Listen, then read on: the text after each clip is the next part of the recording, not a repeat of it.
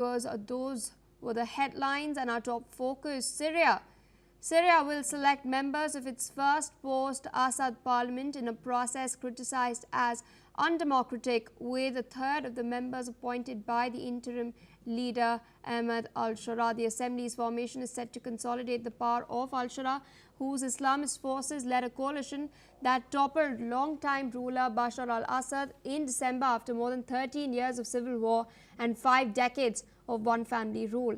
Now, according to reports, more than 1,500 candidates, just 14% of them will be women, and they're running for assembly, which will have a renewable 30-month mandate. Sharaa is to appoint 70 representatives out of the 210-member body, and the other two-thirds will be selected by local committees appointed by the Electoral Commission, which itself was appointed by Sharaa. Now, some locals and a parliamentary member have reacted to the situation. Listen in to what they had to say. الانتخابات هاي مين انتخابات بس يعني في عندك شيء نسميه اختيارات الشعوب ضرورات الدولة، بدنا نفرق بيناتها. ضروري الدولة تعمل هالنوع من الانتخابات باعتبار مرحلة انتقالية، مو تبرير هذا التفسير. أنا لما تصير انتخابات مباشرة الشعب ينتخب مباشرة بدون وساطة، يعني بدون ممثلين عنه، أنا أنتخب. أما الدورة هاي ما راح أنتخب. لما يكون تعيين تطلع شرائح مثقفة، حقوقيين، مهندسين، أطباء، سيرفيسمن، يعني يفتهمون الدساتير، القوانين المشرعة كلياتها خير.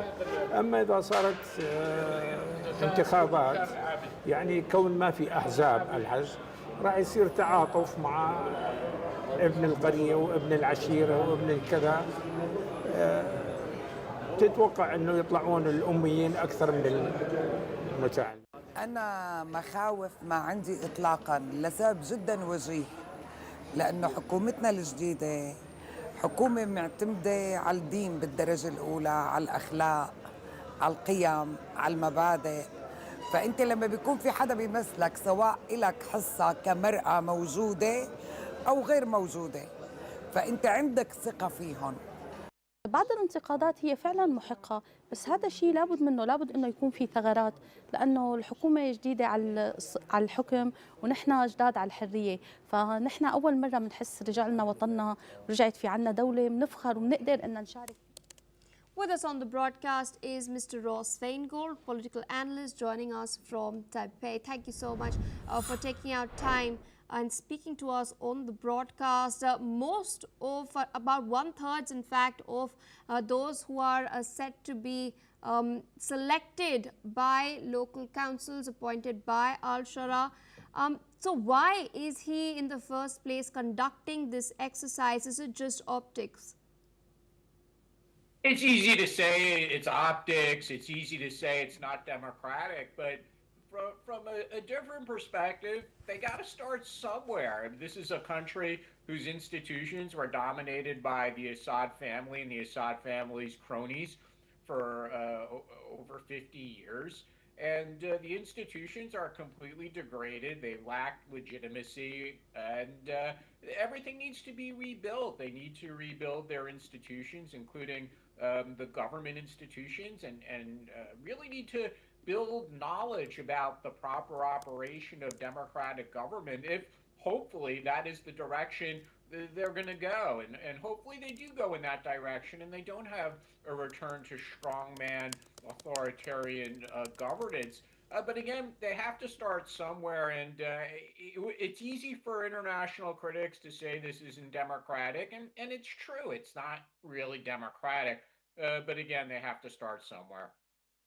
And sir, also speaking geopolitically, we do know Syria and the current government is negotiating with Israel for establishing a deal, and in fact the US is also involved in this. Where do you think this was headed, and do you think if Syria and Israel do reach a deal, it could lead to long-term internal stability in Syria? for now, al-Sharaa is saying and doing the right things, at least with regard to his relationship with the United States, which is growing slowly. But from the U.S. perspective, they're willing to be engaged with him and with his government. So one could remain hopeful. And similarly, one could remain hopeful that there could be an arrangement with Israel about a medium to long-term ceasefire line or a line of control where both sides understand the range of operation of the other side's military. They don't cross that line. And on the Syrian side, they control terrorist groups so that Israel doesn't feel compelled to cross into Syria. It's probably premature to talk about diplomatic relations between Syria and Israel in the short term, at least while the war in Gaza is still ongoing. But there's definitely potential here. But it's so early in the process and so much could go wrong. We can only just hope for the best and watch it play out.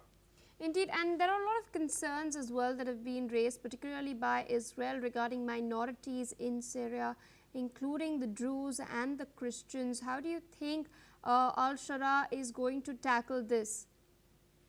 That's related to something I mentioned earlier, that generally al-Sharaa is saying the right things with regard to protecting the rights of minority religious groups and ethnic groups in Syria, and he's saying the right thing with regard to women's participation in society as well. So that applies to the Druze and the Christians. He's saying the right things.